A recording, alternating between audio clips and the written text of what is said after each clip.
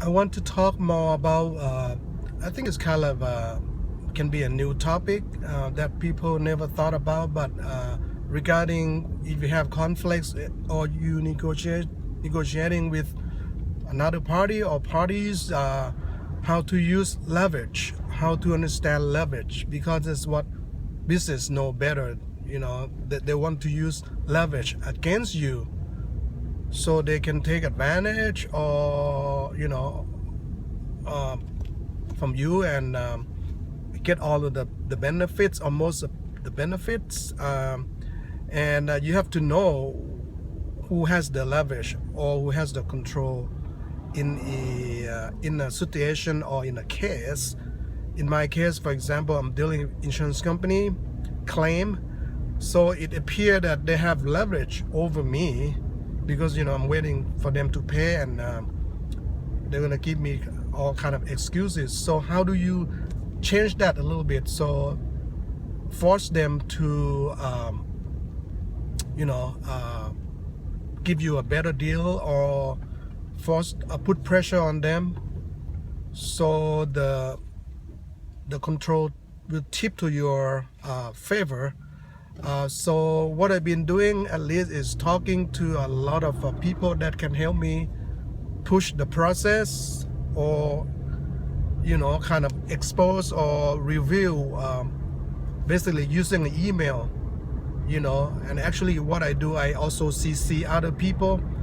I CC another company that I used, and hopefully that will help me push it a little bit. So I'm trying to build my team using other people as resource. I call my insurance agent, Allstate insurance agent, for example, on my behalf to keep pushing, and to call them, because I did that in the past. And insurance agent, even though they work for the company, but they are more likely, because they need your business, and their life is depending on the premiums you're paying. So they tend to be friendly and try to resolve problem for you.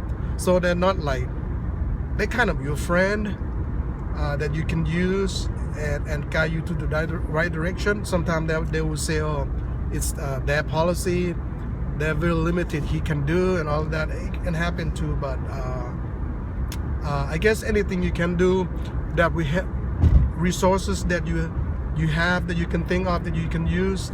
For my case, I used Yelp as a leverage against businesses that are doing me wrong or are not doing their job or delay on their actions, all of that. And Yelp proves to be a very instrumental in helping me. Like I was working with another company to get an estimate on my kitchen repair, and I kept emailing them for estimate because I need that estimate also for my insurance company to give me a better payment on my repair, right?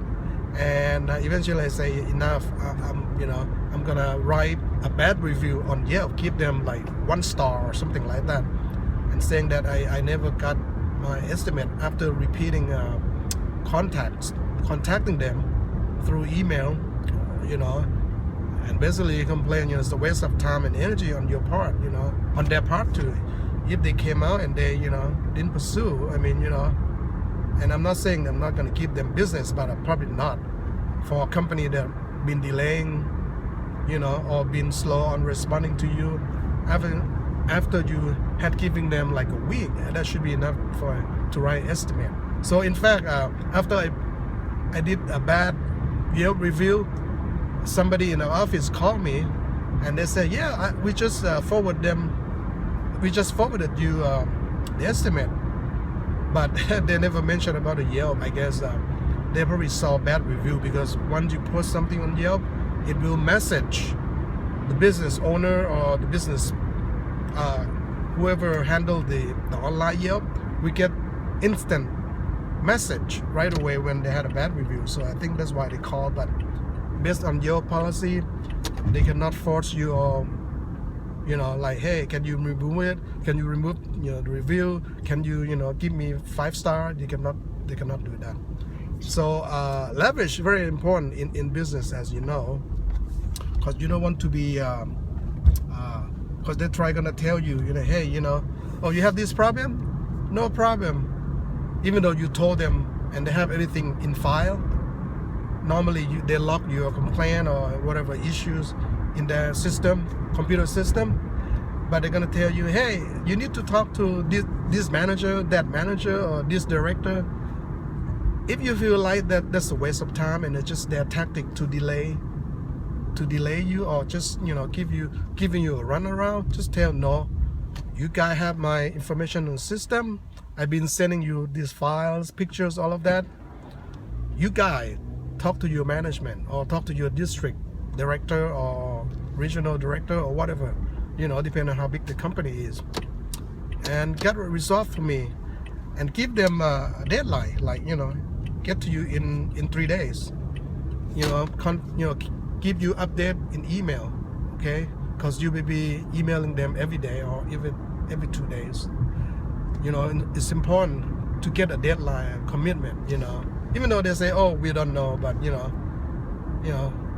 tell them, because if they fail to meet the deadline, you have more leverage, actually, because they're gonna say, oh, we don't know. No, that's not good enough.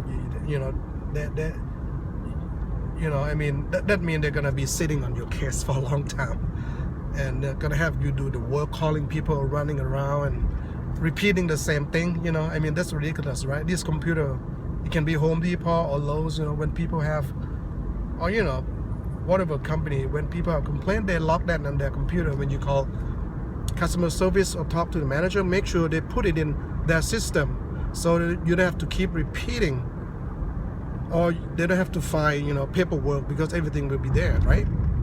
It's supposed to be, right?